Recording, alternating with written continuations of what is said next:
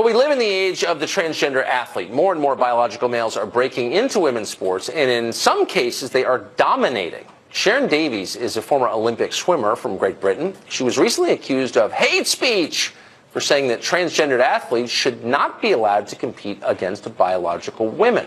We spoke to her recently about this. Here it is. Sharron, thanks very much for coming on. Why did you say that transgender athletes should not be allowed to compete against biological women? Well, there's quite a few of us here in the UK, myself, Kelly Holmes, Paula Radcliffe, Tessa Sanderson, Daley Thompson. The list is growing every single day. So basically what we have now decided is that we just need to speak out before this injustice actually happens. As we know, there's a difference of about 10 to 12% between a female performance and a male performance. So a transgender woman who is biologically a man and been born a boy will have that advantage, whether they've had testosterone suppressant or no. That will remain with them for the rest of their lives, and that gives the females that you're racing against a massive disadvantage, and that's just not a level playing field. So we felt that something needed to be said. It's not a matter of being transphobic, it's not a matter of having a problem with the transgender community in any shape or form. It's about just wanting sport to be fair and to be based on sex, not gender. So the counter to this, well, the counter that you received is, shut up, you're a hater. But the second level counter is that when someone becomes transgender, that person is no longer the other sex at all. The transformation is complete, and that person doesn't have an advantage. That's not true, you're saying?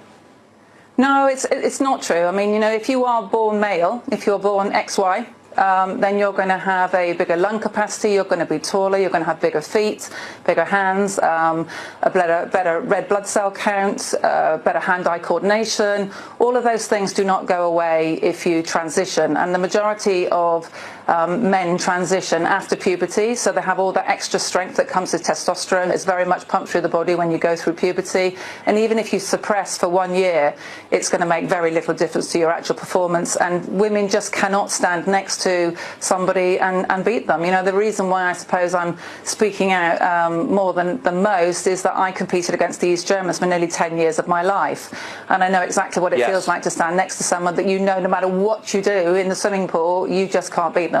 That is a fascinating perspective. So you're making a rational case that is clearly true and science backs you up. Then why haven't the authorities who make the rules for sporting competitions stood up and said what you are saying? Yeah, I don't know. I mean, that's our problem, and that's why our voice is gathering now. And it's not just gathering, obviously, here in the UK. Martina Navratilova started this a few weeks ago in America. I've spoken to friends in Australia. My daughter's an ex-athlete. She's spoken to many of her friends who are competing nowadays. I've spoken to many swimmers that are competing nowadays. And they're all very frightened to speak out because they get called transphobic, which is just not true. This is about sports, this is about biology, and this is about science. And all we're asking for is more research. At the moment, for the Olympic Games next year in Tokyo, you just have to reduce your testosterone for 1 year. So no surgery, no diagnosis from a doctor, no estrogen in your system whatsoever.